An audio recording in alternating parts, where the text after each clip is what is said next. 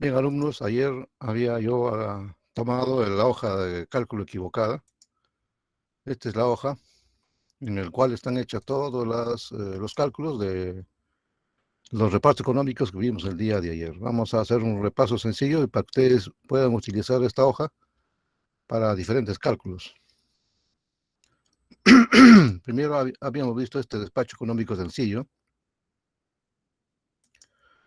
que consistía en cubrir este diagrama de carga, ¿no? Compuesto por 3 bloques. El primer bloque de 0 a 6 horas con 150 megavatios de demanda. Bueno, aquí no se ve muy bien. El segundo bloque de 6 a 18 horas con 200 megavatios de demanda. Y el tercer bloque de 18 a 24 horas con 250 megavatios. El bloque A debería cubrir 150 megavatios y tenemos las 3 curvas, ¿no? Y aquí tenemos los límites, que son esta unidad 10 mínimo y 100 máximo. La otra unidad, su curva de costos, 20 megavatios mínimo y 100 máximo. La tercera unidad, 10 megavatios mínimo y 50 máximo. Habíamos visto de que cuando se tienen curvas cuadráticas, en los cuales el término en P cuadrado es distinto de cero, obviamente tiene que ser mayor que cero. Esto podría resolverse mediante una formulación simplificada, ¿no? Que consiste en encontrar el costo incremental igual, o sea, el costo incremental que es igual para todos mediante la ecuación alfa, solamente es función de la demanda total y los parámetros, ¿no? de las curvas, que son datos. Una vez calculado lambda, la potencia de la unidad se calcula con la ecuación beta, en el cual P pues, es función de lambda y los parámetros, ¿no? O sea, era sencillo el cálculo. Entonces aquí, en la alternativa A1, consistía en repartir 150 megavatios, ¿no? O sea, tenía el lambda y una solución, ¿no? Después, la alternativa A2, también teníamos una solución. La alternativa A3, en fin, todas las alternativas de este hecho económico sencillo están desarrolladas en esta hoja de cálculo. Como ustedes pueden ver, es... Caray.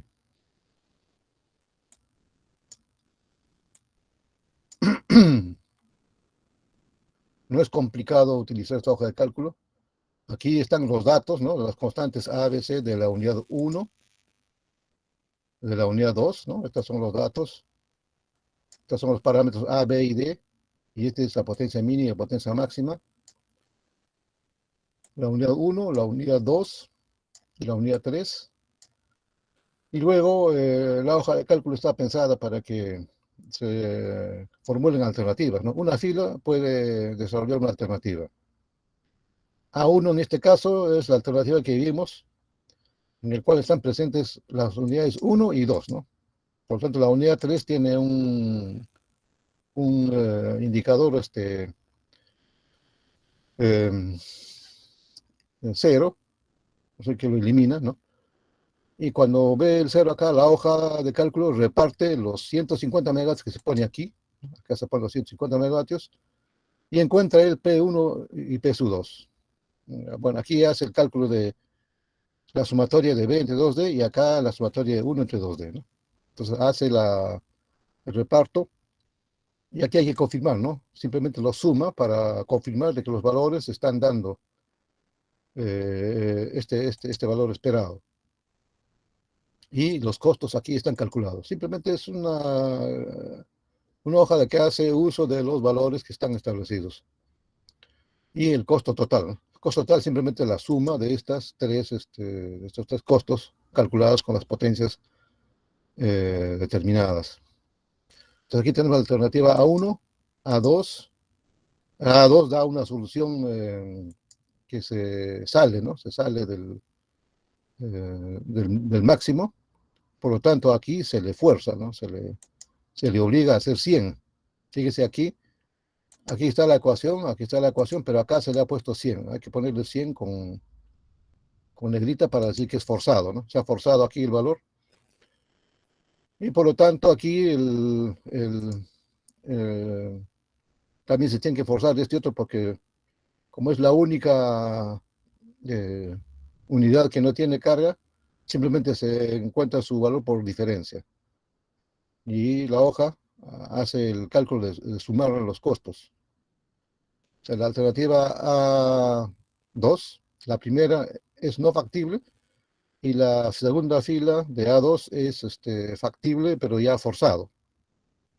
La alternativa A3 aquí es la unidad 1 y la unidad 3 se reparten en los 150 megavatios y se obtiene acá 80 P1 y 70 P sub 3, ¿no?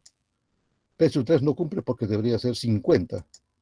Por lo tanto, esta es una solución matemática no factible. Entonces, la siguiente fila, que también es A3, se ha forzado, ¿no? Se ha puesto el valor mínimo de la unidad 3, que es 50, o perdón, la máxima, que es 50. Por lo tanto, este debería ser 100, ¿no? O sea, esto hay que hacerlo de manera un poco heurística. Luego, la alternativa A4, ahí sí la hoja de cálculo determina los valores y todos están dentro de sus rangos de operación. Entonces, tenemos los valores que están en negro en esta fila o en esta columna U. De estos se escoge el menor, ¿no? Entonces, fíjese, todo este proceso de cálculo con esta hoja de Excel hacen los programas de despacho económico. Claro, lo hacen de manera sistemática, ¿no? Con la diferencia de que en un sistema de potencia real, estas alternativas son miles o cientos de miles.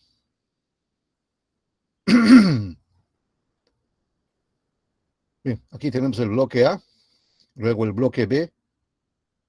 Con el mismo criterio se han desarrollado los repartos económicos. Primero, la unidad 1 y la unidad 2.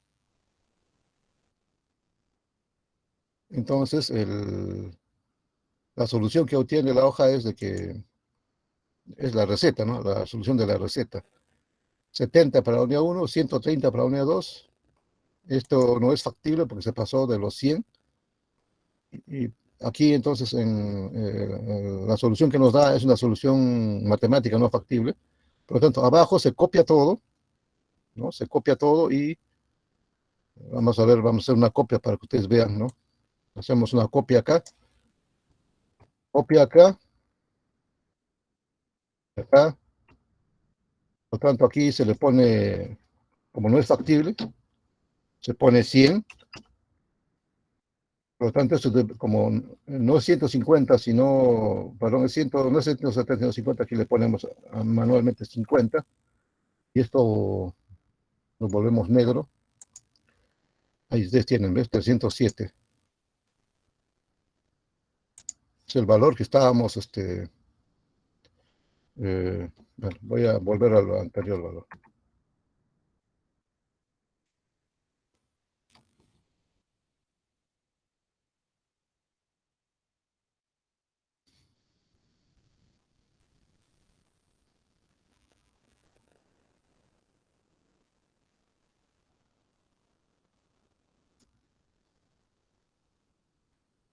Bien, entonces aquí está la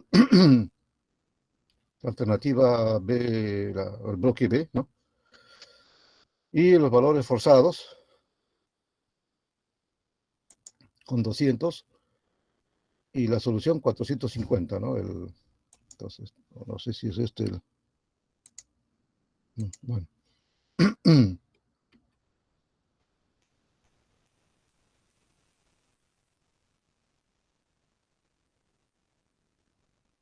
Bien, entonces esto es 100, el otro 100, la solución, y el valor total es 450. Así seguimos con la formulación de las alternativas y la hoja nos da el cálculo total de los costos que se están esperando calcular. Similarmente, para la alternativa o para el bloque C, La solución matemática que encuentra para repartir 250 megavatios, fíjense, 66 acá, 124 y acá prácticamente 60. Como no es una solución no factible, simplemente acá se ponen los valores de manera forzada y la hoja calcula. Entonces, esta,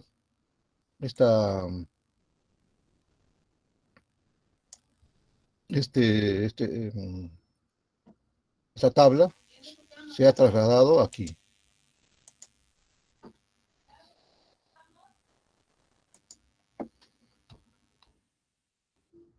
Aquí se está explicando el detalle de cada. Aquí tenemos esta tabla. Entonces tenemos aquí, vean esa tabla, es exactamente la que hemos puesto aquí en la hoja, en el PowerPoint.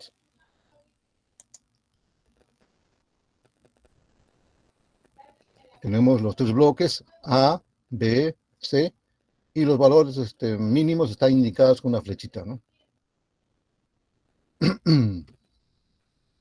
Luego hicimos también un despacho económico utilizando las mismas curvas, pero con valores, límites distintos. Es esta, ¿no?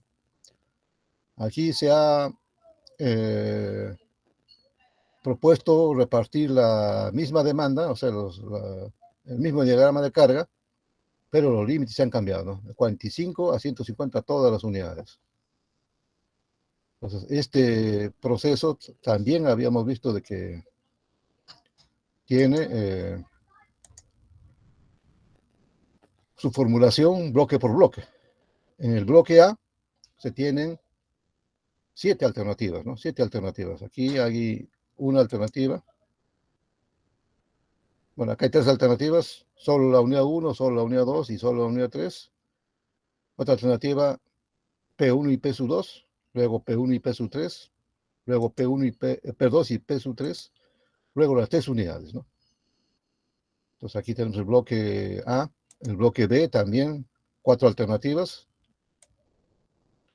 el bloque C, otras 4 alternativas, y esta tabla en el cual se resuelve mediante la hoja de cálculo todas esas alternativas, está aquí.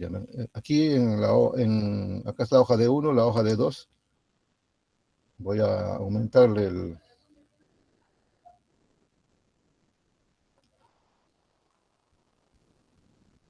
Vean, aquí tienen ustedes la solución que da esta hoja de cálculo para los 3 bloques. En el primer bloque A se han resuelto 7 alternativas, ¿no? 7 alternativas. En el bloque B, 4. Y en el bloque C, también 4. Entonces, el bloque A, la mejor alternativa es esta, ¿no? En el cual están las unidades 1 y 2, dando 50 megavatios el primero y 100 el segundo. En el bloque B, la mejor alternativa es cuando están las 3 unidades al reparto económico. Y en el bloque C, están las 3 unidades también al reparto económico, ¿no? O sea, se han hecho el cálculo de todas las alternativas que se pueden formular y de todos los repartos económicos de cada bloque se escoge el de menor valor. Entonces, les decía que este proceso de cálculo es hecho en clases de manera académica con una hoja de cálculo y en la práctica las empresas que hacen despacho económico utilizan programas que hacen lo mismo que hemos visto acá. Muchos repartos económicos, una gran cantidad de repartos económicos y la selección de la alternativa que ofrece el menor costo. Entonces, esta es la mecánica que se desarrolla actualmente para encontrar la solución de este problema, ¿no? Este problema se denomina el problema del despacho económico. Es un problema de optimización y está catalogado dentro del campo de las matemáticas que se denomina el proceso de optimización. En la ingeniería, la aplicación en la ingeniería se llama investigación de operaciones y es el dominio de los ingenieros industriales. No está más recordarles que todo esto nació de resolver problemas muy antiguos, ¿no? De despacho económico de sistemas eléctricos de potencia. En fin, ahora su campo es tan amplio que se aplica a muchas ciencias, incluyendo la biología, ¿no? No está de más decirles que el viaje del Apolo a la Luna creó una nueva ciencia, ¿no? Que era el de buscar la ruta óptima de construir todos los equipos que estaban destinados al viaje. Entonces han habido la aparición de nuevas disciplinas, ¿no? Matemáticas y disciplinas de ingeniería. Entonces, esas disciplinas han sido, digamos, abordadas por los ingenieros industriales. Les voy a enviar un libro de investigación de operaciones, que es una rama al cual podemos acceder los ingenieros electricistas a partir del problema de espacio económico, ¿no? Y percatarnos de que el problema en otras áreas de la ingeniería son parecidos, son particulares, pero nuestra formación ingeniera nos permite entender bien el tema con amplitud.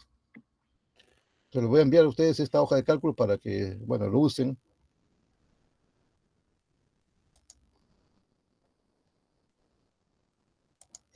Entonces, aquí tenemos el ejercicio propuesto y las soluciones, ¿no?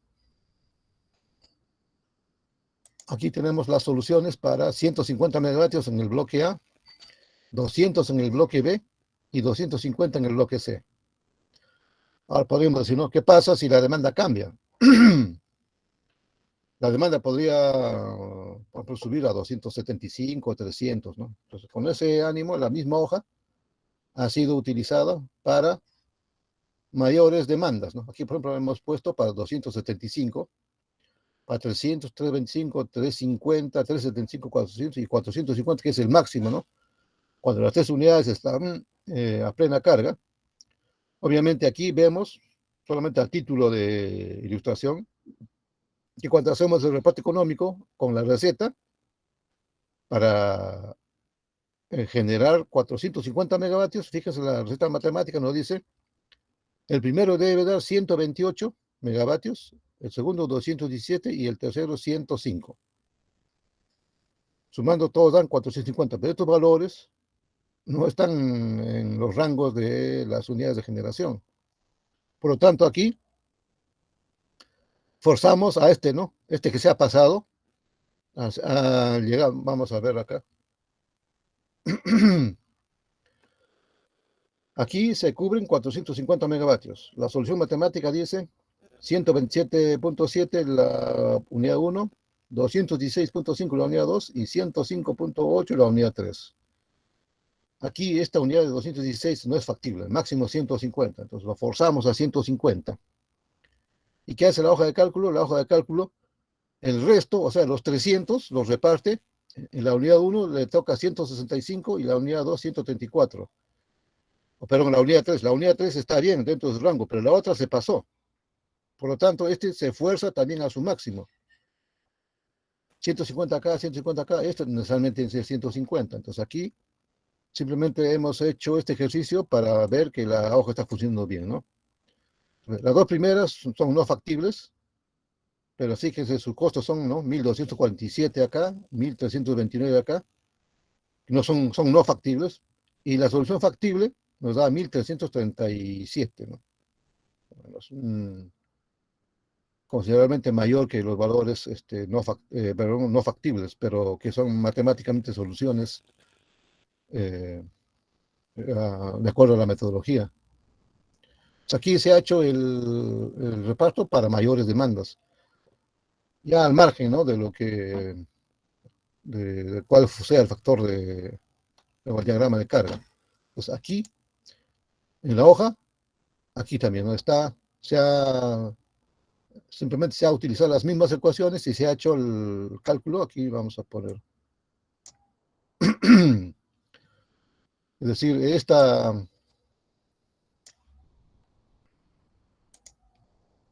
esto se ha convertido en una imagen y se ha puesto en el PowerPoint. Está aquí, ¿no? Entonces les voy a enviar a ustedes la hoja para que lo vean, lo verifiquen. y les sirva para hacer sus ejercicios de afianzamiento. Continuamos con la exposición del tema o sea, ahorita ya estamos en condiciones de más o menos entender cómo se hace la formulación matemática que se conoce como formulación lagrangiana del reparto económico de cargas, ¿no? O sea, para hacer un reparto económico utilizamos la formulación de Lagrange, hecho hace más de 200 años. Entonces decimos, ¿no? Si tenemos un sistema de potencia uninodal, en el cual todas las unidades de generación están conectadas en una barra, y en esa misma barra está la demanda total. Entonces, dadas las curvas de costos, determinar el reparto económico de cargas entre las n unidades de generación de esta demanda, le hemos puesto demanda total. Entonces, este problema, ¿cómo se formula? Se dice, tenemos una curva de costos de la unidad 1 y sus límites, ¿no? Potencia mínima. Su potencia mínima es P sub 1 super MIN, o sea, eh, no es un exponente, sino es un superíndice. Uno es subíndice, ¿no? Son índices de este símbolo, para que no se confundan. El subíndice indica la unidad y el superíndice indica cuál es el valor que se está considerando, ¿no? En este caso la potencia mínima. Acá la potencia máxima de la unidad 1. Tenemos una unidad con sus datos, tendremos otra unidad 2, tendremos una unidad 3, 4, 5, en fin, n unidades. Ponemos simplemente puntos suspensivos. Y tenemos las n unidades, cada uno con su curva de costos y sus límites técnicos. Por lo tanto, la función objetivo, que es el que hay que minimizar, le vamos a llamar costo total, que tiene que ser pues la sumatoria de todos los costos, ¿no? Costo 1, costo 2, etcétera, hasta costo n.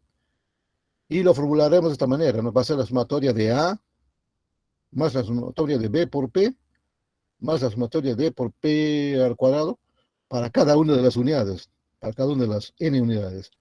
Esta es la función objetivo. Esta es la función que se tiene que minimizar, lograr su mínimo valor. Y esta es la condición que se debe respetar, que debe cumplirse, ¿no? La sumatoria de las potencias, 1, 2, 3, etcétera, hasta n, debe ser igual a la demanda total.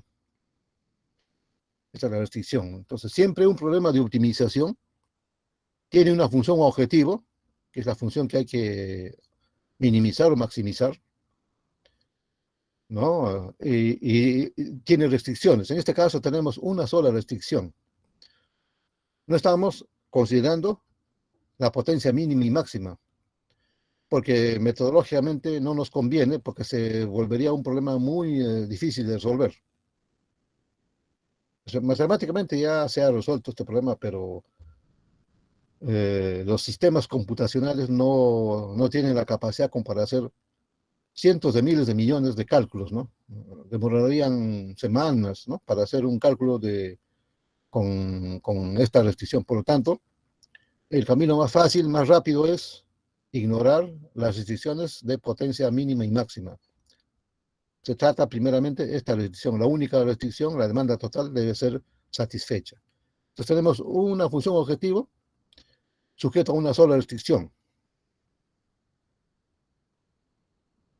Bien, entonces, ¿cómo se formula el problema? La formulación lagrangiana dice, ¿no? Se inventa una función de Lagrange que consiste en sumar el costo total más lambda por phi, ¿no? O sea, la función objetivo no es el costo total, sino la función de Lagrange, que incluye el costo total más lambda por phi. Pero phi, ¿qué cosa es? Aquí, fíjense, los costos totales, o el costo total va a ser la sumatoria de todos los costos de las unidades. Pero ¿qué cosa es phi, no? Lambda, ¿qué es? ¿Y qué es phi? Lambda por phi es, bueno, phi es la sumatoria de la demanda total menos las potencias de los generadores. Como en el óptimo, punto óptimo, la demanda total tiene que ser igual a la suma de las potencias, esto es cero. Por lo tanto, este lambda es cero, perdón, el producto de lambda por phi es cero. Así se pone la restricción, o sea, la restricción no se pone como vimos anteriormente, ¿no? La restricción no se pone así como está aquí. En la formación lagrangiana, de manera conveniente, pone la restricción de esta manera. Eso sí, pone, ¿no? La ecuación de la ley de la conservación de la energía, ¿no? La demanda total tiene que ser igual a la suma de todas las potencias, pero lo formula en términos de el multiplicador de Lagrange, que es lo que les mencioné en la clase pasada, ¿no? Es el valor que al sumar el costo total más lambda por phi, estos son los gradientes de las proyecciones de las curvas de costo total sobre el eje de las potencias y el óptimo se obtiene cuando ambos están en una misma recta, son colineales, ¿no? En fin, no vamos a hacer la demostración matemática de este tema, pero sí vamos a demostrar que esto es cierto. O sea, hay que notar que en el punto óptimo de solución, phi es cero, ¿no? Al ser phi igual a cero, se está cumpliendo la ley de la conservación de la energía. La carga consume la potencia que producen los generadores, ¿no? Esto es la ley de la conservación de la energía. O sea, no se crea ni se destruye la energía. Lo que producen los generadores es lo que consume la carga. Entonces, en el punto óptimo, phi es igual a cero, por lo tanto, en el punto óptimo, la función lagrangiana es igual al costo total. Por lo tanto, si nosotros encontramos el mínimo de la función lagrangiana, estamos encontrando el mínimo del costo total. Y las restricciones de potencia mínima y máxima se verifican post solución, es decir, después de haber encontrado la solución, se chequea, ¿no? Si uno de ellos está no dentro del rango de operación recomendada por el fabricante. Continuamos, ¿no? Con la formación lagrangiana, ¿no? Vamos a ver. eh, de acuerdo al cálculo de muchas variables, la derivada de la función lagrangiana con respecto a P1 tiene que ser igual a cero, ¿no? Es la ecuación 1. La derivada de la función lagrangiana con respecto a P sub 2 tiene que ser igual a cero, y así puntos suspensivos hasta la ecuación n. La derivada de la función lagrangiana con respecto a la potencia de la unidad n tiene que ser igual a cero, ¿no? Esto nos dice el cálculo eh, de muchas variables, cómo se encuentra el óptimo de una función de muchas variables. Bueno, en realidad debería ser derivada parcial aquí. No he encontrado, bueno, voy a hacer la corrección. Ustedes deben considerar que estos son derivadas parciales. Y la derivada parcial de la función lagrangiana con respecto a la otra variable, que no es conocida, ¿no? Con respecto a lambda, también tiene que ser igual a cero. Es la ecuación n más 1. Recuérdense que en una clase anterior dijimos de que si tenemos n generadores, se tiene que resolver n más 1 ecuaciones, ¿no? Por el criterio de igualdad de costos incrementales. Acá resulta que es el mismo concepto, pero aquí está siendo formulada de manera formal, digamos, de acuerdo a las reglas de las matemáticas. Son n más 1 ecuaciones con n más 1 incógnitas que tienen una solución. Otra vez aquí las restricciones de potencia mínima y máxima se verifican después de la solución. Continuando, la derivada parcial de la función de la con respecto a P1 es igual a cero. Si nosotros hacemos la diferenciación, vamos a ver acá, atrás, vean aquí, derivada del costo total con respecto a P1, ¿no? Más derivada de lambda por phi con respecto a P1 es igual a cero, ¿no? La derivada del costo total con respecto a P1 aquí es igual. Vamos a ver acá. Si hacemos la derivada de la función lagrangiana con delta P, nos vamos a obtener que es el costo incremental. Y del otro término va a ser lambda. Por lo tanto, costo incremental menos lambda va a ser igual a cero. Así resulta, ¿no? Haciendo la diferenciación. Igual cuando hacemos la derivada parcial con respecto a P sub 2, vamos a obtener el costo incremental 2 menos lambda tiene que ser igual a cero. Y así vamos a encontrar de que la derivada parcial de la función lagrangiana con respecto a cualquiera de las potencias siempre va a dar como resultado el costo incremental de esa unidad menos lambda tiene que ser igual a cero. Esta es la condición del cálculo diferencial. Y cuando encontramos la derivada parcial de la función lagrangiana con respecto a lambda, que es la otra incógnita, igual a cero, entonces encontramos de que esto resulta ser que phi tiene que ser igual a demanda total menos P sub 1 más P sub 2. Y esto se cumple, ¿no? Esto debe cumplirse siempre, es una condición. Por lo tanto, igual a cero. Aquí tenemos pues las n más 1 ecuaciones, las n más 1 incógnitas. Por lo tanto, encontramos de que esto comprueba, ¿no? Comprueba. La formulación lagrangiana comprueba de que las ecuaciones de criterio de igualdad de áreas de costos o igualdad de costos incrementales ciertamente es matemáticamente demostrable.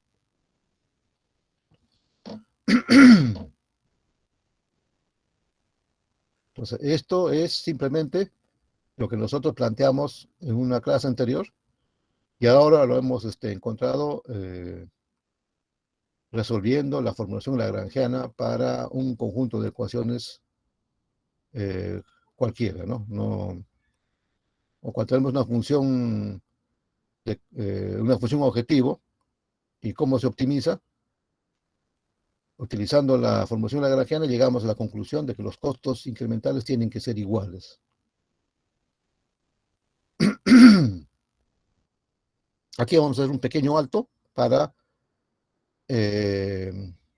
incluir las pérdidas cuando se trata de un despacho ya no uninodal, sino cuando los generadores y las cargas están colgadas de una red, ¿no? Aquí la red eléctrica no contiene ningún generador ni tampoco ninguna carga. Las cargas están conectadas a esta red, ¿no? Esto se puede hacer en cualquier caso. Entonces, la red eléctrica está compuesta por transformadores, líneas, reactores, capacitores, en fin. Pero no hay generador. Los generadores los dejamos afuera, así como está acá, y las cargas también. Entonces, cuando hacemos el esquema del sistema de potencia de esta manera, ya no es un despacho uninodal, ¿no? O sea, no están conectadas todos a una barra, ahora están conectadas a una red. Y esta formulación lagrangiana justamente permite formular las bases para calcular el despacho económico o el reparto económico cuando hay red de transmisión. Vamos a ver de que la red de transmisión implica un cambio, ¿no? en la formulación matemática.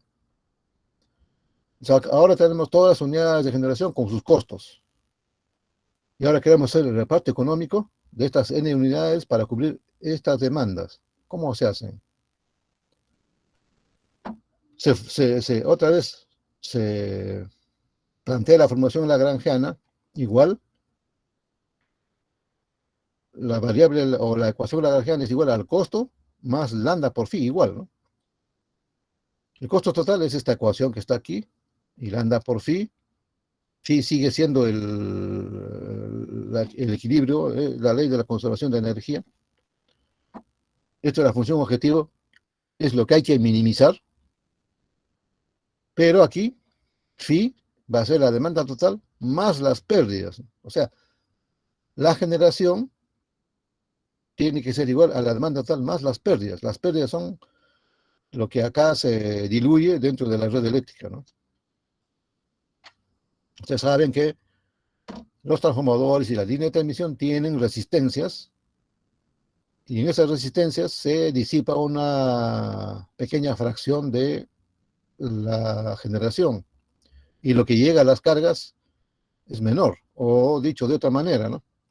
Si tenemos una demanda y hay una red eléctrica, los generadores tienen que producir la potencia total de las cargas más las pérdidas, y esto hace, digamos, un pequeño cambio en la ecuación de la variable phi que hemos denominado aquí, ¿no?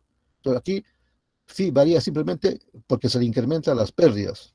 Entonces aquí la restricción ha cambiado ligeramente, ha aumentado en las pérdidas y continúa siendo válido la formación lagrangiana. Entonces, obviamente, el óptimo también se producirá cuando phi es cero, ¿no? Y en el punto óptimo la función lagrangiana va a ser igual al costo total.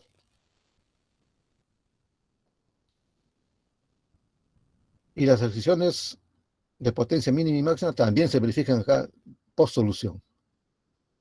Entonces, ¿cómo es la formación lagrangiana? Acá el óptimo de L ocurre cuando se cumple simultáneamente la derivada de L con respecto a P1, la derivada parcial, va a ser, bueno, primeramente derivamos el costo total con respecto a P1, luego lambda por phi con respecto a P1.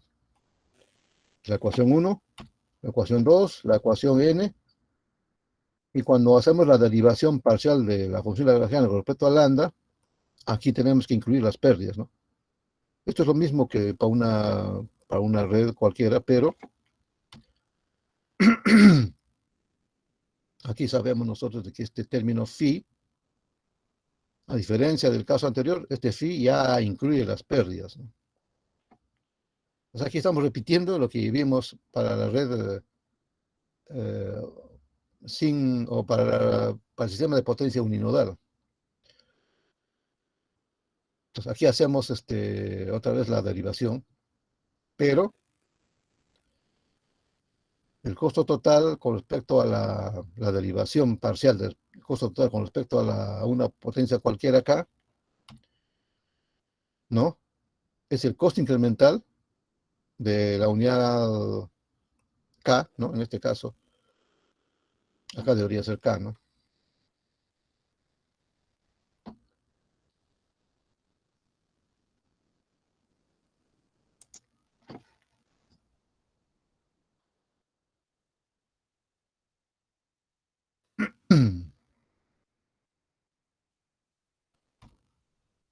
Entonces, hacemos la derivación parcial con respecto a la unidad, a la potencia K, vamos a obtener el costo incremental de K, y cuando hacemos la derivación parcial con respecto a lambda por phi, fíjense, esto es derivación parcial de lambda por derivada total más pérdidas, menos las sumatorias de las potencias con respecto a P sub K. Seguimos haciendo la derivación parcial, ¿no? Eso es phi. Eso es phi. Y la derivación parcial de lambda por phi con respecto a P sub K va a ser la derivada, lambda por la derivada de pérdidas totales menos, en la unidad K, bueno, cuando se trata de P1, P2, la derivación parcial es cero, pero cuando se trata de P sub K es 1. Y como está acá con el signo menos 1, esto resulta ser que la derivación parcial de lambda por phi con respecto a P sub K es lambda por derivada de las pérdidas con respecto a la unidad, a la potencia de la unidad K, menos 1. Y las pérdidas son función de qué? Dependen de las potencias, ¿no? Las pérdidas, ¿cómo se calculan las pérdidas de una red, de un sistema de potencia? Para encontrar las pérdidas hay que resolver el flujo de potencia y calcular las pérdidas de cada una de las líneas, de cada uno de los transformadores. O sea, esto incluye la solución del flujo de potencia. Por eso, cuando se tiene la red de transmisión es complejo, ¿no? Meter la red de transmisión dentro de estas ecuaciones. Entonces, la derivación parcial de la función lagrangiana con respecto a la potencia de la unidad K es igual al costo incremental más lambda por la derivada parcial de las pérdidas menos 1. Lo que se hace aquí se trabaja, ¿no? Esta ecuación es un poco complicada, y lo que se hace es lo siguiente, ¿no? De manera ingeniosa, se divide todo esto, ¿no? Así. Primero se le cambia el signo acá, porque hay que encontrar menos lambda por algo, para que se asemeje a la ecuación sin red de transmisión. Entonces aquí se cambia el signo aquí y se cambia el signo dentro del corchete.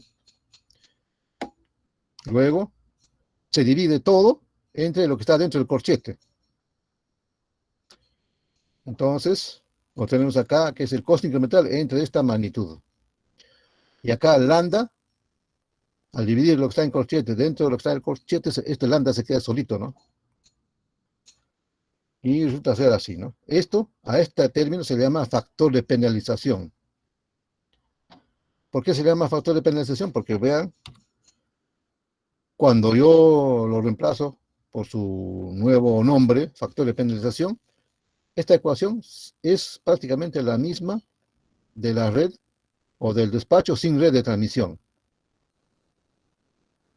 En el caso del despacho sin red de transmisión, la ecuación es derivada parcial de lambda con respecto a, o la función lagrangiana con respecto a la potencia de la unidad K es costo incremental de K menos lambda igual a cero. O sea, es como si el factor de penalización tuviera un valor 1. Y cuando se incluye la red de transmisión, el factor de penalización es esta fórmula, ¿no? 1 sobre 1 derivada parcial de pérdida respecto a la potencia de la unidad K. Este factor de penalización se llama así porque penaliza el costo, ¿no? O sea, hace que el costo incremental suba o baje dependiendo de cómo se comporta la unidad, cualquier unidad con respecto a las pérdidas. Dicho sea de paso, si tenemos que cuando tenemos la demanda y uno de los generadores aumenta su generación y las pérdidas aumentan, la derivada de las pérdidas va a ser positivo, ¿no? Por lo tanto, 1 menos algo positivo va a ser menor de 1, por lo tanto, 1 sobre algo que es menor que 1 va a ser mayor que 1. Es como si las pérdidas o el costo incremental de la unidad haya aumentado. Esto lo vamos a ver con un poco más de detalle cuando hagamos ejercicios resueltos. Por ahora simplemente veamos como un conjunto de ecuaciones que hay que resolver, ¿no?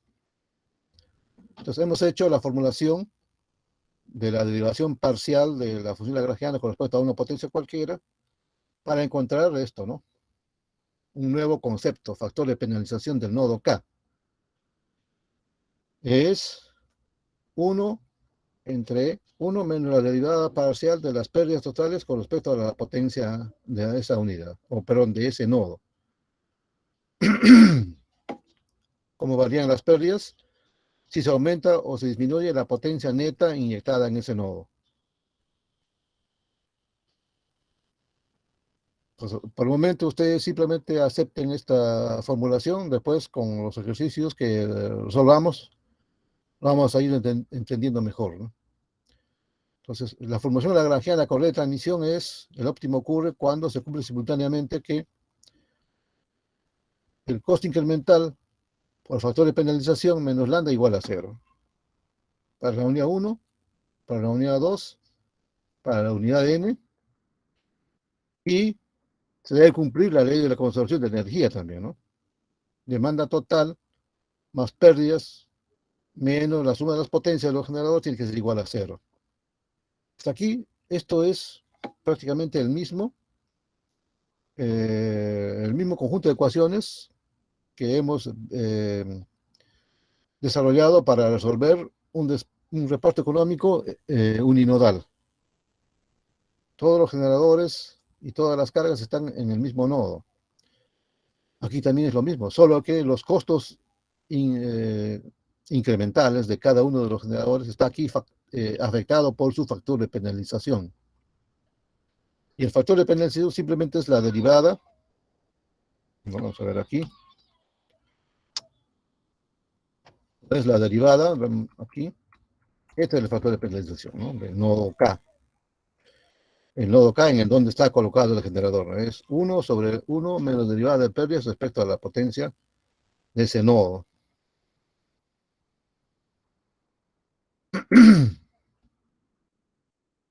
Este es el conjunto de ecuaciones que hay que resolver cuando incluimos la red de transmisión. Entonces son n más 1 ecuaciones con n más 1 incógnitas que tienen solución. Aquí el problema matemático es que las pérdidas dependen de las potencias, ¿no? Entonces aquí, cuando no hay red de transmisión, esto es cero. Pero cuando hay red de transmisión, las pérdidas dependen de estas potencias. Por lo tanto, el costo incremental y bueno, va a ser afectado por factor de penalización y este factor de penalización está afectado exclusivamente cómo influye en las pérdidas. Esa es la conclusión que se obtiene de este análisis lagrangiano del efecto de la red de transmisión en un reparto económico de un sistema de potencia.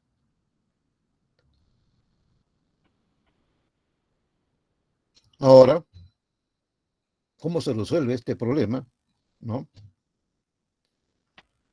Hay muchos métodos de solución. O sea, todos tienen esta formulación, ¿no? Primeramente veamos el reparto económico.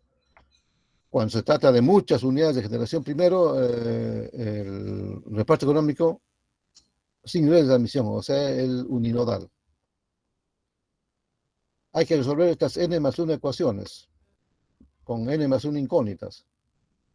Hay varios métodos, ¿no? El método iterativo lambda, eh, vean, frecuentemente hay publicaciones en la IEEE que resuelven este problema del reparto económico con técnicas nuevas, ¿no?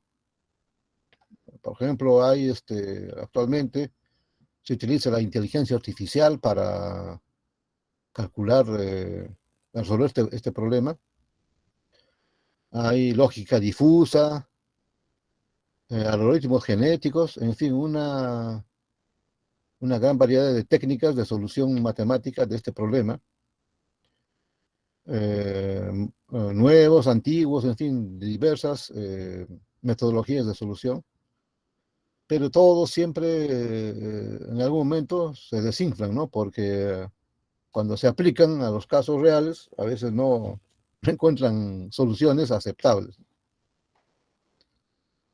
Uno de ellos, por ejemplo, es el método iterativo lambda, que es puramente computacional, ¿no? Hay otro que es el método de búsqueda de gradiente, que no siempre logra la solución. El método de Newton, que requiere la segunda derivada de la función de costos, y cuando no tiene la segunda derivada, o sea, cuando no tiene término cuadrático, acá no sirve. Hay otro, ¿no? Método de factores de participación, que tampoco a veces logra toda la solución. Y este método de San Marcos sí es infalible, ¿no? Es un método gráfico, no tiene fallas, pero todavía nadie se ha preocupado por hacer un algoritmo que lo vuelva un método de solución que se aplique, ¿no? A la solución de estos problemas. Vamos a ver rápidamente los diversos métodos y vamos a utilizar el método gráfico San Marcos porque no tiene fallas, solo que es un método gráfico. Hay también métodos de programación lineal, ¿no? Que requiere este método, y es el método más utilizado actualmente. Hay que linealizar las ecuaciones, y eso sí no es tan complicado, ¿no? Hay que linealizar, por ejemplo, una ecuación de una curva cuadrática se puede representar como dos rectas, ¿no? O tres rectas, depende de que cuán curvo sea. Pero hagamos una rápida formulación. La receta de las ecuaciones cuadráticas que hemos visto, ¿no? Tenemos las curvas de costos cuadráticos, calculamos el lambda con esta ecuación, y una vez que se calcula el lambda, se determina las potencias de cada una de las unidades con la otra ecuación beta. El problema es que no es posible aplicar la receta, porque, como dijimos en una clase pasada, basta que una de las unidades, solo una de las, digamos, tenemos 100 unidades, solo una de las unidades tenga un D sub K igual a cero, ya todo esto se va al demonio, ¿no? Porque D aquí en el denominador se vuelve infinito. y D aquí en el denominador está igual a infinito. Tenemos infinito sobre infinito indeterminado, ¿no? Entonces esta solución, por la receta, solo sirve para la pizarra, ¿no? Y ahora que estamos en pandemia, no sirve ni siquiera para la pizarra. No hay pizarra. Pero es útil porque permite explicar, ¿no? Permite que el profesor se luzca haciendo una ecuación que resuelve todos los problemas, pero no es aplicable en la práctica. O sea, basta que uno de los parámetros debe ser igual a cero, ya esto no sirve. El método iterativo lambda, ¿qué hace? Este es un algoritmo computacional, ¿no? Se inventa un lambda cualquiera. Calcula un lambda, o sea, inventa un lambda con algún criterio, ¿no? Una vez que agarra el lambda, ¿no? Calcula las potencias, porque ustedes han visto de que si se tiene el lambda, se puede calcular las potencias de cada uno de los generadores. Una vez que calcula la potencia, luego dice, ¿no? Se cumple de que la carga es igual a la suma de las potencias. Si se cumple, ok, ¿no? Encontró la solución. Y si no se cumple, tiene que modificar el lambda, ¿no? El lambda, vamos a ver que la potencia total haya sido más, entonces el lambda le baja un poquito, ¿no? Otra vez vuelve con ese lambda variado, otra vez vuelve a calcular las potencias y así. Comienza a hacer cálculos iterativos hasta que en un momento de esos le calce, ¿no? Que la generación es igual a la carga. Ya encontró la solución y termina, ¿no? Ese reparto económico. Se va a hacer otro reparto económico. Este método iterativo lambda es dependiendo de cómo el programador lo desarrolla, ¿no? No es muy práctico porque a veces se encuentra la solución y a veces se va al desvío, ¿no? Se va a un precipicio, se encuentra una incongruencia matemática y la computadora está dando vueltas y no encuentra la solución. Eh, este es bueno, es una proyección del método iterativo lambda. Nos encuentran, se proyecta un valor de lambda y se determina las P sub K. O sea, hace esto, ¿no?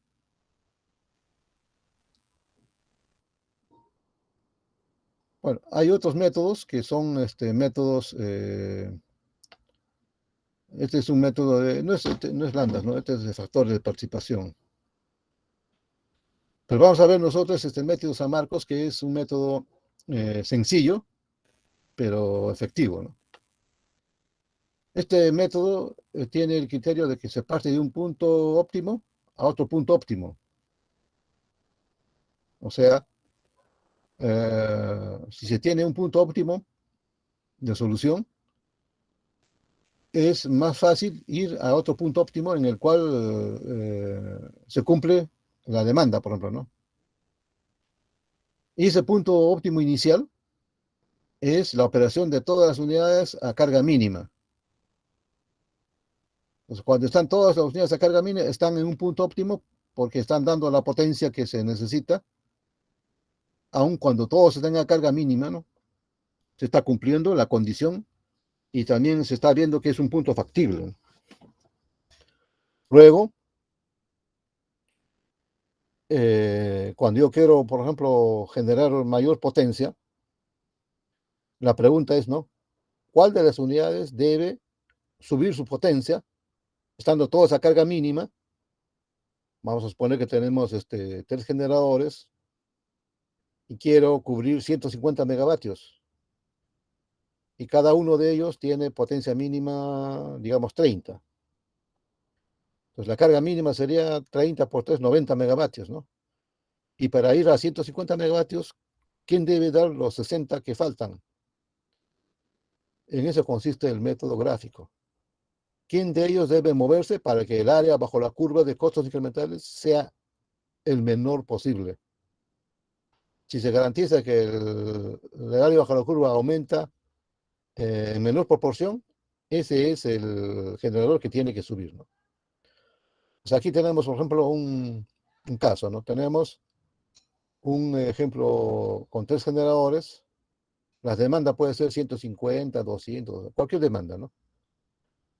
Y tenemos las tres unidades con sus curvas respectivas. Acá tenemos las curvas respectivas. Y fíjense que acá la unidad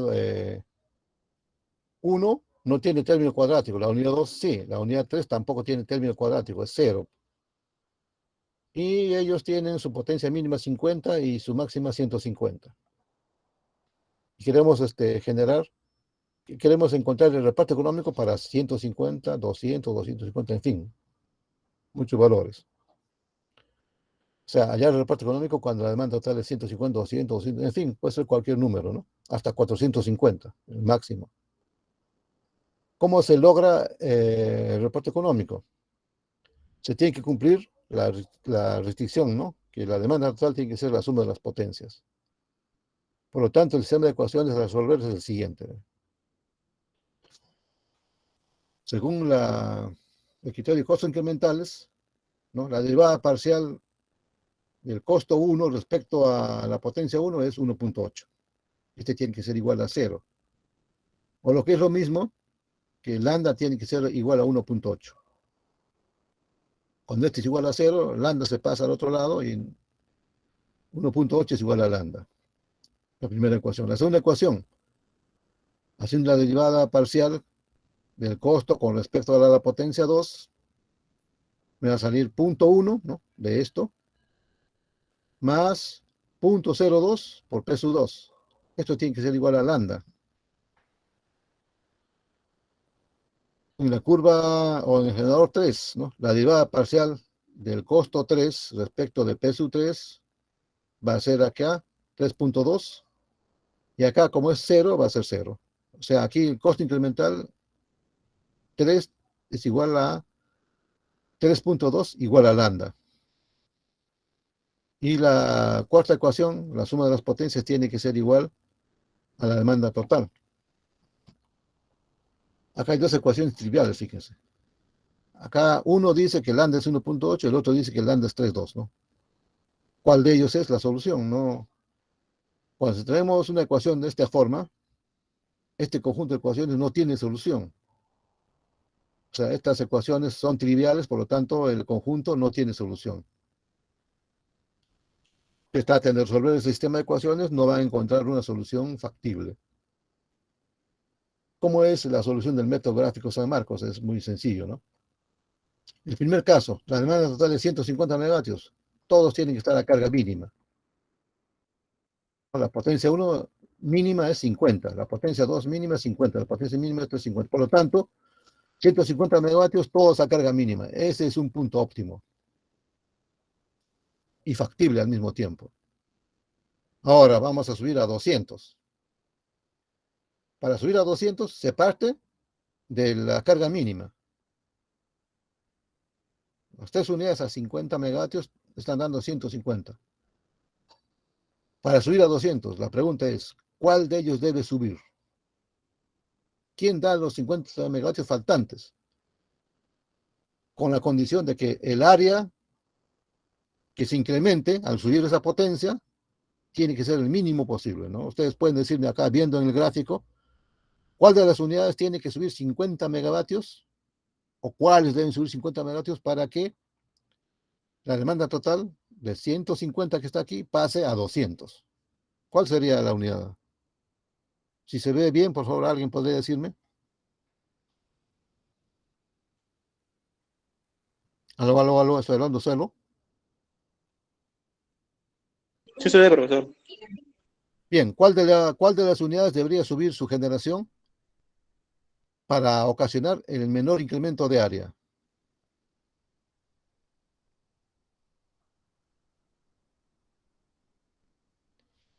Fíjense, si se sube la unidad 3, el área que aumenta es esta, ¿no? Digamos, P3 pasa de 50, pasa a 100. Está aumentando 50, pero ¿cuánto es la cantidad de área que se aumenta? Es esta área, fíjense, ¿no? Se está aumentando un área que es de 3.2 por 50. Es un área grande. Si aumenta la unidad 1, el área que se aumenta sería este, así. Pero si aumenta la unidad 2, el área sería, primero la unidad 2 va de 50 hasta, fíjense, hasta 60, 70, 80, 85. O sea, sube la unidad 2 de 50 a 85. El aumento de área es lo que está viendo, lo que ustedes están viendo, ¿no? Es el área de color lila. Luego no debe seguir aumentando, ¿no? Porque si se aumenta, o sea, ahí está con 85. Si aumenta la unidad 2 hasta 100, el área que va a aumentar va a ser esto, ¿no? Va a ser este pequeño trapecio. No, cuando está en 85 el que debe subir es este uno. Porque cuando aumenta 15 megavatios, el incremento de área va a ser de 15 por 1.8. Es decir, el siguiente debe ser la unidad 1, porque este pequeño área es menor que el área que sería esta, ¿no? O sea, va de 50 a 65. Cuando PSU2 va de 50 a 85 y PSU1 va de 50 a 65, el incremento de área, fíjense, ¿no? Lo que se han visto, el área lila más el área naranja. Esta área es el menor incremento posible que implica 50 megavatios de incremento.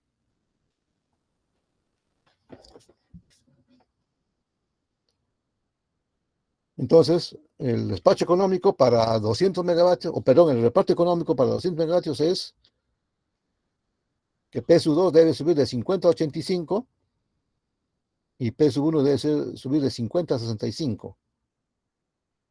Porque ambos, al subir esos valores, han provocado que el incremento del área bajo la curva de costos incrementales sea el mínimo posible. Imagínense ustedes que hubiera subido PSU3 de 50 a 100, ¿no? El área sería así, de este tamaño, así. Entonces, esta área grande es mucho más que la suma de estas dos áreas, ¿no?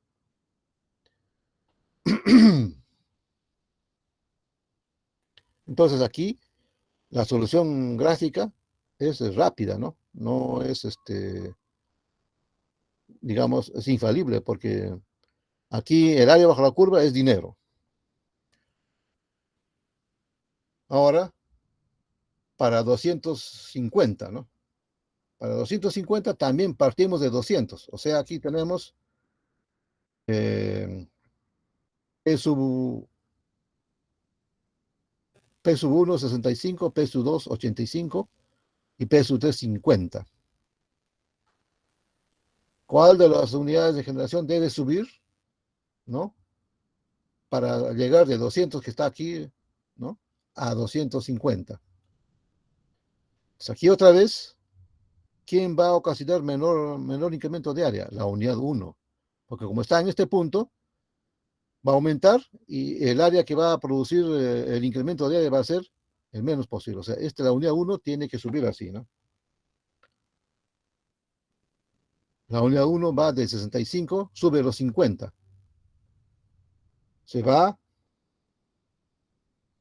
hasta 115. Aumentó 50. Por lo tanto, incremento de área ha sido el mínimo posible. Entonces aquí el despacho es P sub 1, 115, P sub 2, 85 y P sub 3, 50.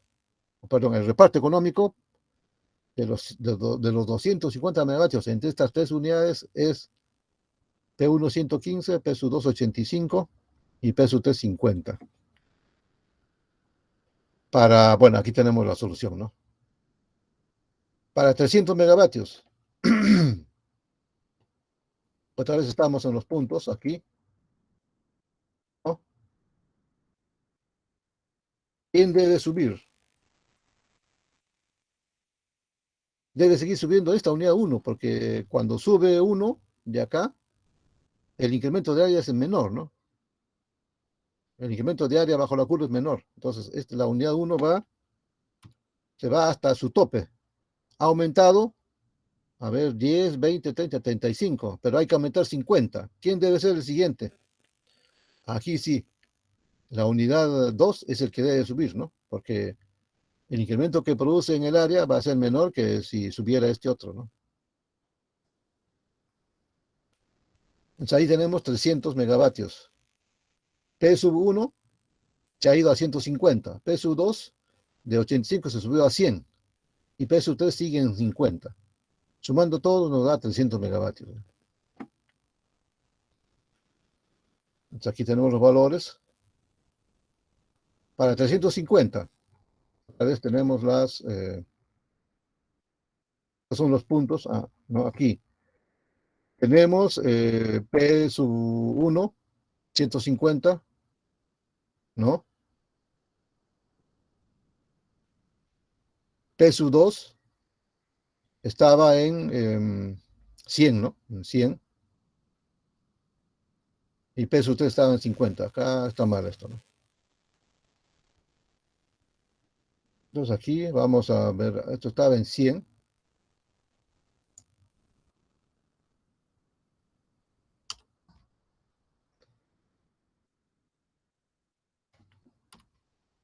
Vamos en este punto.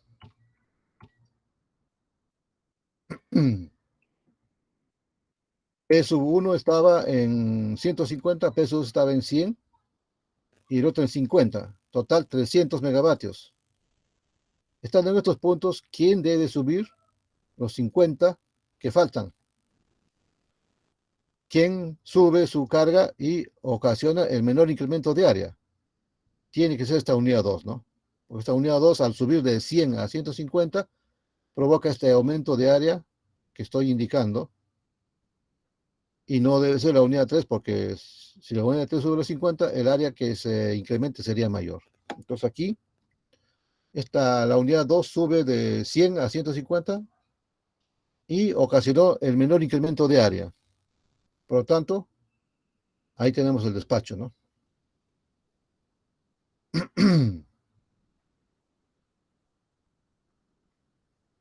Bueno, aquí me faltaría poner, aquí deberíamos poner como resultado de esto, que PSU2 va de 100 a 150. Para 400, aquí vamos a poner para 400, para 300, para 400 megavatios debería ser, ¿no? ¿Quién sube bueno, cuando están 450 megavatios ya pues es, todos a plena carga, ¿no? Pero para los 400, la unidad 3 debería subir de 50 a 100 y ahí tendríamos 400.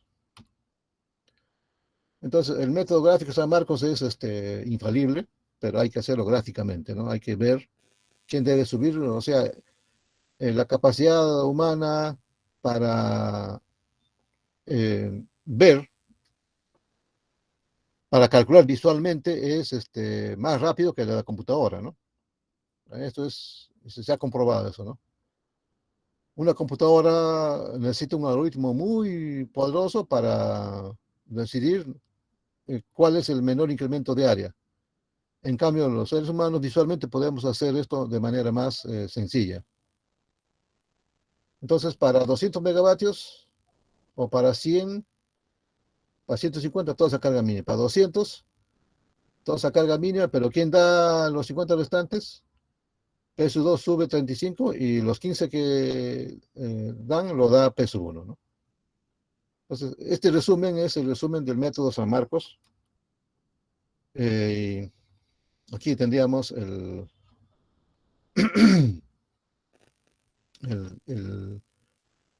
despacho económico, ¿no? Haciendo uso de este conjunto de repartos económicos, podríamos formular digamos, un algoritmo que haga este cálculo de gráfico y obtener así los repartos económicos que se necesitan.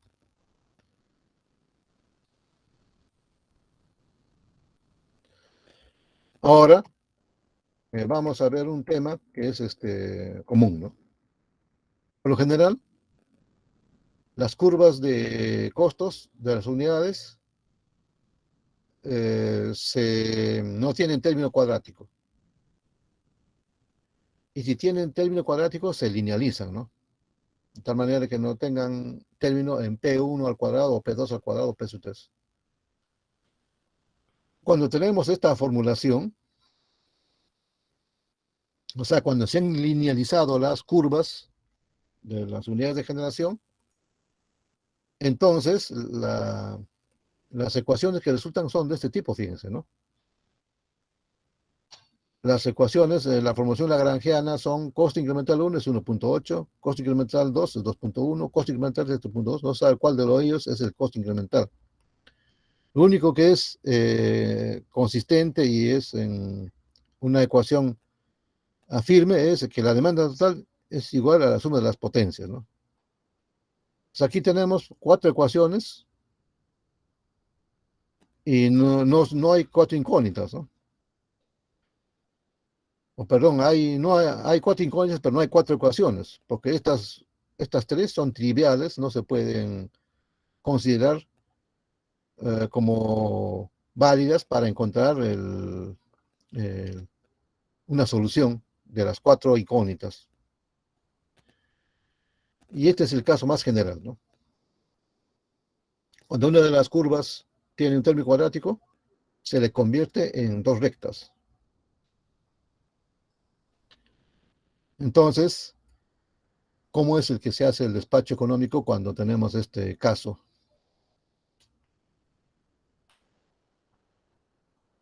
Fíjense, el método gráfico de Marx nos dice de que todas las curvas incrementales van a ser así, ¿no? Por lo tanto, cuando hacemos cualquier reparto económico, siempre comenzamos con la carga mínima, ¿no? Digamos así. ¿Y quién debe ser la unidad que comienza a subir? Si acá queremos dar 150 megavatios, todos a carga mínima. Si queremos que se dé 200, el que debe subir es el de menor costo incremental. Este tiene que subir hasta que se agote. Si continúa faltando potencia, el que debe seguir aumentando es el siguiente, ¿no? El que tiene el siguiente valor mínimo de costo incremental, es decir, la unidad 2, hasta que llega a su carga máxima. Si falta demanda, el que debe subir es la unidad 3, ¿no? Entonces, esto permite hacer un nuevo criterio para despacho económico y reparto económico, de que deben comenzar a despacharse con el reparto económico, todos primero a carga mínima y después los que suben son los de menor costo incremental, porque ya no tenemos acá una recta que produce cruces con las otras curvas de costos incrementales, ¿no? Cuando hay cruces, como en este caso que hemos visto,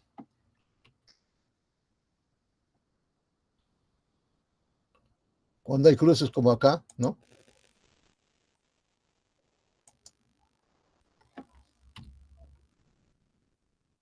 Cuando hay cruces no sabemos, tenemos que discriminar cuál de ellos debe subir, ¿no? Y por ejemplo, entre la unidad 2 y la unidad 1, la unidad 2 es el primero que debe subir, ¿no? Pero cuando llega a este punto, el que debe subir es la unidad 1. Y así, si tenemos varios cruces entre unas curvas y otros, hay que decidir gráficamente quién debe subir, llegado a un punto de intersección entre las curvas de costos incrementales. Por eso se hace gráficamente. Es mucho más sencillo para el ingeniero ver gráficamente quién debe subir su potencia, ¿no? Entonces aquí, cuando tenemos curvas de costos incrementales lineales, entonces es fácil decidir quién va a subir, ¿no? Para hacer el reparto económico, todos primero la carga mínima, y luego el que sube es la unidad de menor costo incremental. Bien, esto es cuando se tiene que resolver un problema formal de reparto económico entre varias unidades de generación. Pero este ejemplo de simplificación nos da lugar bueno, aquí tenemos un resumen, ¿no? De cómo son las alternativas cuando tenemos curvas puramente lineales, ¿no? Es mucho más sencillo. Pero lo que quería plantearles a ustedes es que teniendo en cuenta esta condición, ya no va a ser el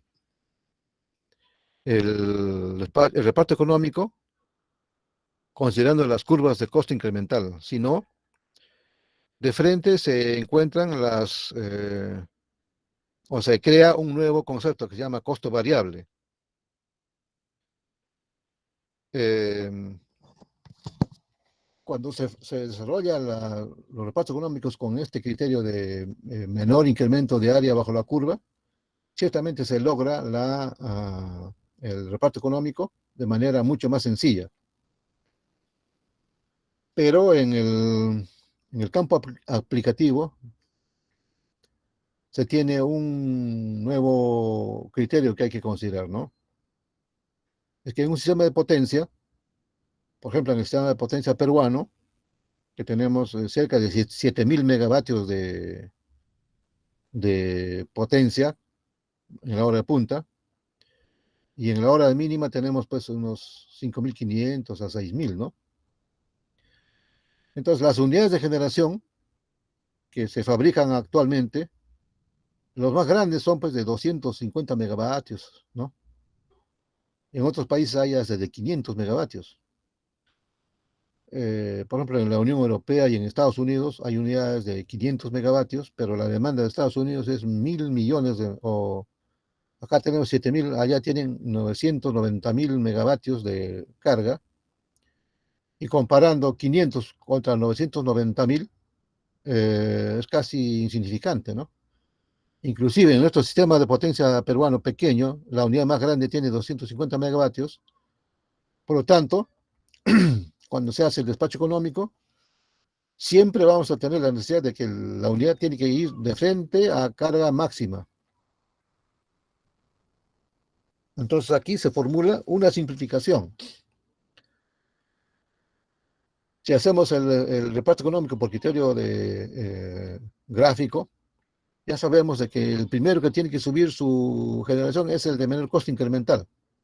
Después el segundo, ¿no? Así, todos tienen que subir de manera ordenada de acuerdo a su costo incremental. Entonces, esto da lugar a que se formule un nuevo método y un nuevo criterio, ¿no? Es el de costo variable. Vamos a ver qué es un costo variable. El despacho económico por criterio de costos variables es una consecuencia directa de eh, que se tienen unidades de generación bastante grandes y, y cada una de las unidades siempre tiene que ser despachada a plena carga, porque, por ejemplo, 250 megavatios versus 7.000 es una pequeña parte de la generación necesaria. Entonces, este criterio de costos variables es muy parecido a los costos incrementales, pero es mucho más significativo. El costo variable de una unidad J es el costo de generación a plena carga dividido por la potencia a plena carga. En otras palabras, es lo que cuesta generar cada megavatio hora cuando el generador está en su máxima eficiencia. Ustedes deben saber que los generadores tienen su mayor eficiencia cuando están a plena carga. Cuando están a plena carga, el costo de producir es el menor posible, ¿no? O sea, los ingenieros, los diseñadores, diseñan la turbina para que a plena carga sea el más eficiente, esté en el punto más eficiente de su producción. Entonces, por eso se ha creado este concepto que se llama costo variable, ¿no? El costo variable es la unidad de generación a plena carga, ¿no? El punto de mayor eficiencia y la división de cuánto cuesta generar a plena carga y dividido sobre la potencia. Y esto nos da lo que cuesta generar una unidad de energía a plena carga, en el cual la eficiencia es la mejor. Entonces aquí el costo variable, por ejemplo, de la unidad K, es el costo de la potencia nominal de esa unidad K dividido entre la potencia nominal. Si tenemos esta curva de costos, ¿no? El costo variable, esta es la unidad, esta es la curva de costos, ¿no? A más B por P más D por P cuadrado de la unidad K, dividido entre la potencia de la unidad K, este sería el costo variable. Entonces vean, ¿no? Es el costo incremental, es esto. Bueno, no es en realidad, el costo incremental sería esto, si es lineal. Pero acá tenemos un término pequeño A entre P sub N. Entonces, este concepto de costo variable es muy parecido al costo incremental, pero nos dice cuál es la unidad más eficiente cuando está a plena carga, o sea, en su punto de mayor rendimiento. Entonces, se despacha siempre la unidad que tiene menor costo variable, porque se sabe cuando esté a plena carga va a estar funcionando con su mayor eficiencia. Entonces, el despacho simplemente se resume a considerar cuáles son las unidades de menor costo variable, ¿no? O sea, se ordena de menor a mayor. Y en ese orden es cómo se cubre la demanda. Y ya no se hace la cobertura de la demanda exclusivamente por bloques, ¿no? Sino se puede cubrir los bloques uno tras otro, sin necesidad de analizar un bloque en particular. Eso es lo que tiene de ventaja este despacho económico por el criterio de costos variables. Y siempre es útil cuando se tienen costos variables que son fijos, ¿no? O sea que no, las curvas no tienen demasiado contenido de término cuadrático. Es decir, si las unidades no tienen curvas cuadráticas, este método es perfectamente aplicable y es sencillo, ¿no? Entonces, cuando no hay término cuadrático, acá pues el costo variable va a ser A entre la potencia más B, ¿no? Prácticamente B es el término más importante del costo variable. Y el costo incremental en este caso sería B, ¿no? De esta unidad, cuando es una curva de costo lineal. Y el costo variable sería B más A entre P sub K. Por lo general, A dividido entre la potencia es una cantidad pequeña y B es el componente fuerte. Entonces, aquí tenemos una serie de unidades de generación y sus costos incrementales, ¿no? Costo incremental 1, 2, en fin. Y las hidroeléctricas todas tienen costo incremental cero porque no cuesta nada el agua. Aunque en nuestro país hay alguna que otra central que tiene costo incremental o costo variable un poquito diferente de cero, ¿no? Siempre en nuestro país suceden las cosas más inverosímiles, ¿no? En el Perú hay hidroeléctricas que tienen costo variable, es decir, cuesta generar eh, dinero con agua. O sea, su costo no es cero. Y realmente sí tienen razón en algunos casos, ¿no? Por ejemplo, les cuento que hay una central en el río Santa, la central Cañón del Pato. Esta central, normalmente en los meses de estiaje, es decir, en los meses donde hay pocas lluvias, en estos meses, ¿no? El caudal que trae el río no le permite cubrir toda su demanda. Y el río Santa tiene pues un caudal en estas épocas, ¿no? Desde mayo, junio, julio hasta octubre, el río trae una cantidad de agua que no es de avenida, es decir, el agua no es turbia, no es tan turbia como normalmente ocurre, ¿no? Entonces, cuando el agua ingresa a la central, los desalinadores le quitan casi todos los sedimentos. Por lo tanto, las turbinas generan de manera normal. Pero en los meses de verano, comenzando en diciembre, enero, febrero y marzo, el río Santa tiene la característica de que tiene mucha arenilla en el agua. Y cuando entra a la central, el desalinador no quita toda la arenilla. Por lo tanto, hay partículas muy pequeñas que cuando pasan por la turbina Pelton lo van carcomiendo. Yo he tenido la suerte de ver, ¿no?, las turbinas de esta central. A veces parece que una polilla lo hubiera perforado, le hace un hueco, ¿no?, en forma lateral, y esa turbina tiene que sacarse de servicio para que no se rompa. O sea, el agua lo carcome a la turbina y le hace perforaciones y después lo desgasta, pero en un mes, ¿no? En un mes, una rueda de Pelton que debería durar un año, dura un mes en esas épocas. Y el costo de reponer las turbinas es un costo más o menos apreciable, ¿no?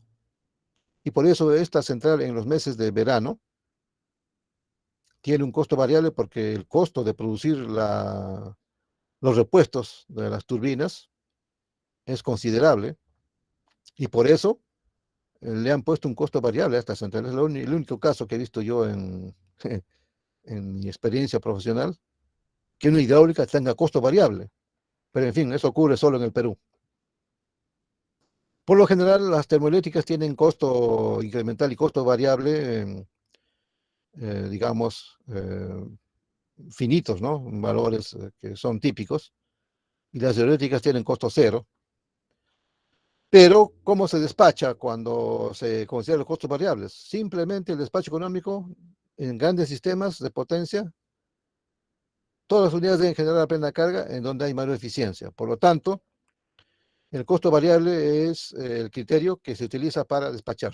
¿Quién despacha primero? Así, quien aumenta su carga primero es el que tiene menor costo variable. Y los que tienen menor costo variable son las hidroeléctricas. Tienen costo variable cero, excepto a Cañón del Pato en periodos de avenida. El costo variable es el costo de producir una unidad de energía a plena carga, ¿no? Entonces, para el despacho económico de grandes sistemas se utiliza, o sea, casi todas las unidades tienen, que no tienen término cuadrático, su costo incremental es una recta horizontal.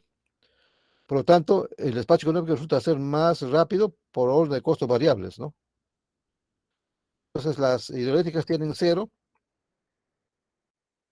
y eh, cómo se, cómo se calcula la potencia, ¿no? El despacho de una hidroeléctrica depende del caudal de agua que trae el río y eso depende de las lluvias. Y el comportamiento de las lluvias es aleatorio, ¿no? A veces llueve, sí, a veces no, a veces llueve torrencialmente. Y últimamente he visto, por ejemplo, en octubre y en septiembre ha habido lluvias torrenciales en el norte, ¿no? En Cajamarca, parecía marzo. Pero en el Perú es necesario, y en todos los países que tienen un fuerte componente hidráulico, hay que conocer el comportamiento del caudal de un río.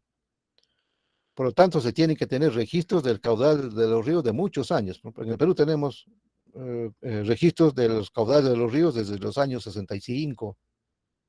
Es decir, alguien se ha tomado la tarea de ir midiendo la cantidad de agua que pasa por un río en un punto determinado, mes a mes o día a día, ¿no? Desde el año 65 se tiene estadísticas de estos datos. ¿Para qué? Para hacer el despacho de potencia de las hidráulicas. Aquí, por ejemplo, tenemos la central Mantaro, ¿no? Es una central que, bueno, ha sido una central emblemática. Fue inaugurada en el año 72 con 3 unidades de generación. Estas 3 unidades, acá hay uno, dos, tres transformadores, ¿no? Estos 3 transformadores forman un banco trifásico, son 3 transformadores monofásicos, y los tres conforman un transformador, un banco que, digamos, incluye el grupo de generación 1, ¿no? O sea, acá hay 7 grupos. En el año 72 se inauguraron los 3 grupos. Luego, en los años posteriores, se añadieron 4 grupos más, ¿no? O sea, la central Mantaro tiene 7 grupos de generación. Y el agua El agua viene de, a ver si tenemos acá aquí tenemos otra lista, ¿no? El agua viene del río Mantaro y en la cámara de carga que está cerro arriba, no es cámara de carga, sino es una chimenea de equilibrio. El agua va por estas tres tuberías, ¿no? La primera y la segunda tubería alimentan, a ver, tenemos dos grupos cada uno, y la tercera tubería alimenta tres grupos. Entonces, el agua que turbinan las unidades de generación que están adentro de este edificio pasa por este puente tubo y se va a la central de restitución que está más abajo, ¿no?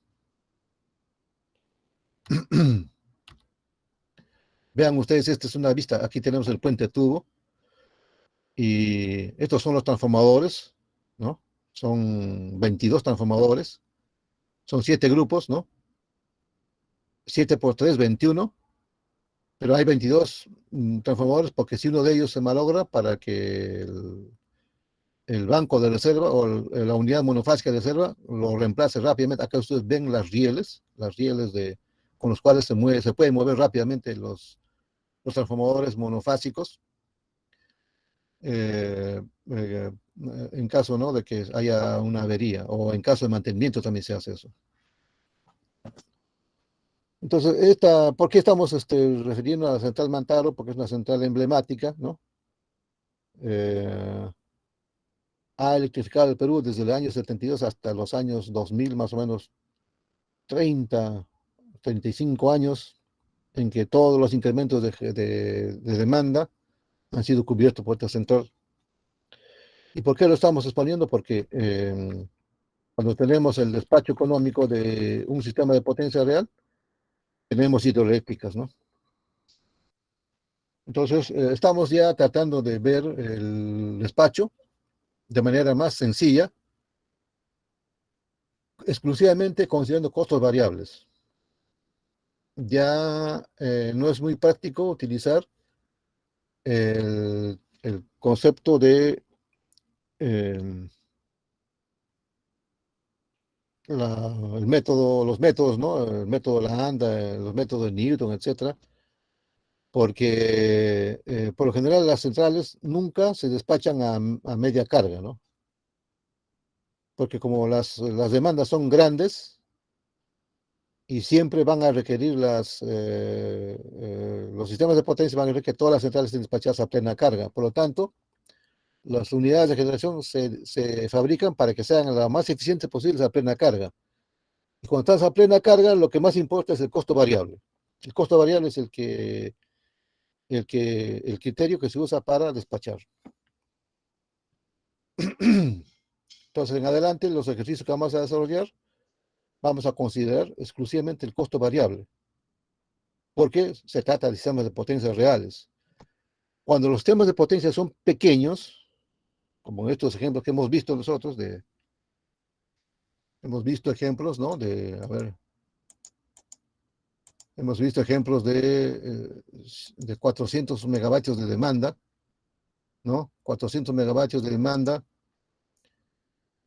o en este caso, ¿no? Hemos visto 150, 200, y las unidades son tres nada más, ¿no? Entonces, en estos casos sí se justifica hacer un despacho económico tal como lo hemos desarrollado, ¿no?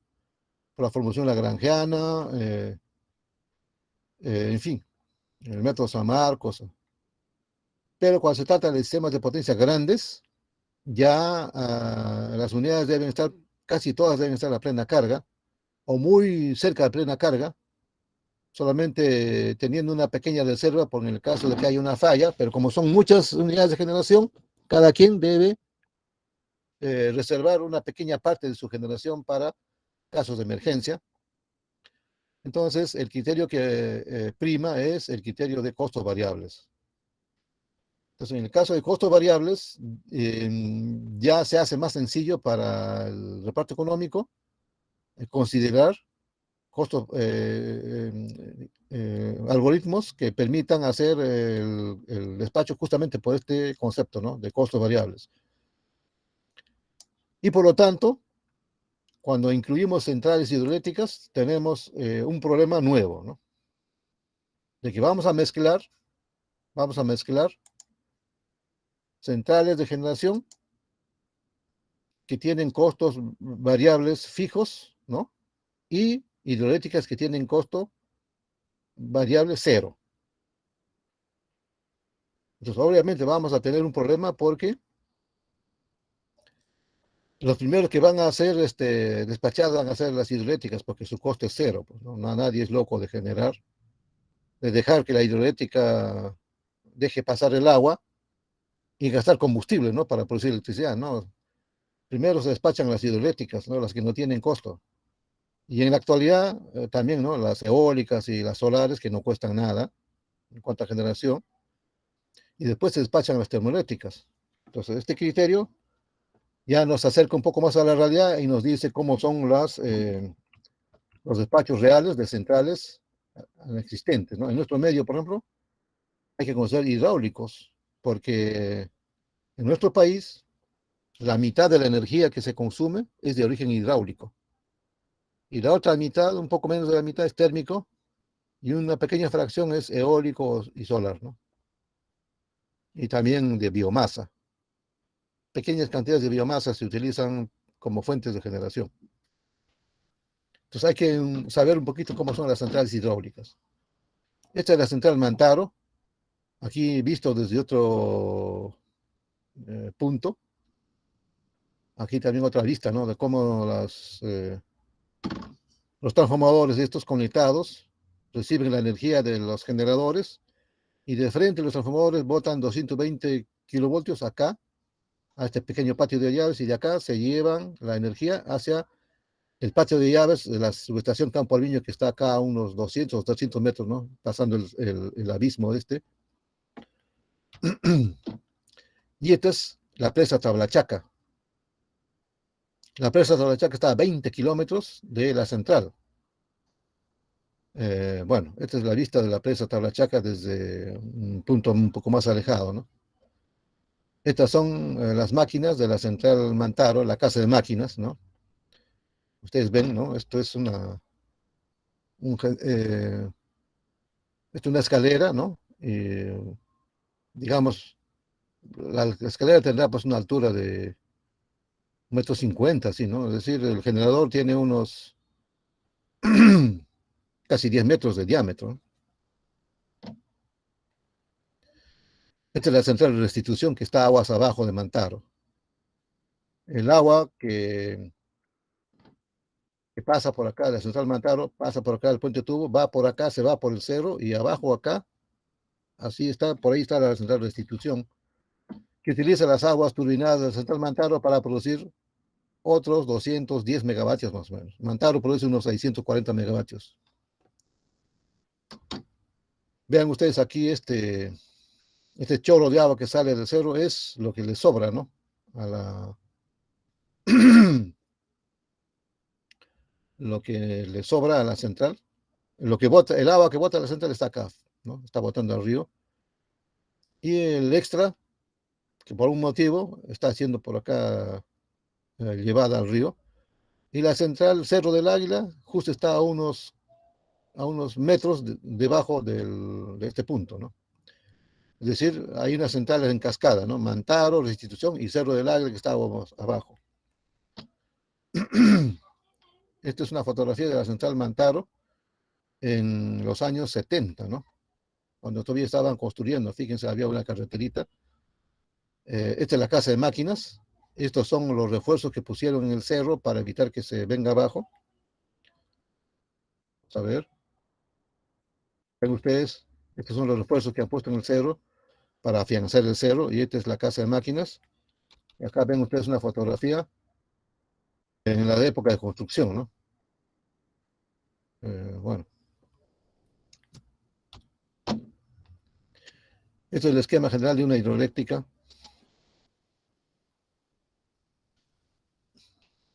Bueno, creo que en este punto dejaremos la clase eh, para que en el siguiente, el viernes, desarrollemos un concepto de despacho hidrotérmico y hagamos más ejercicios de aplicación de lo que vimos hoy día. No sé si tienen preguntas.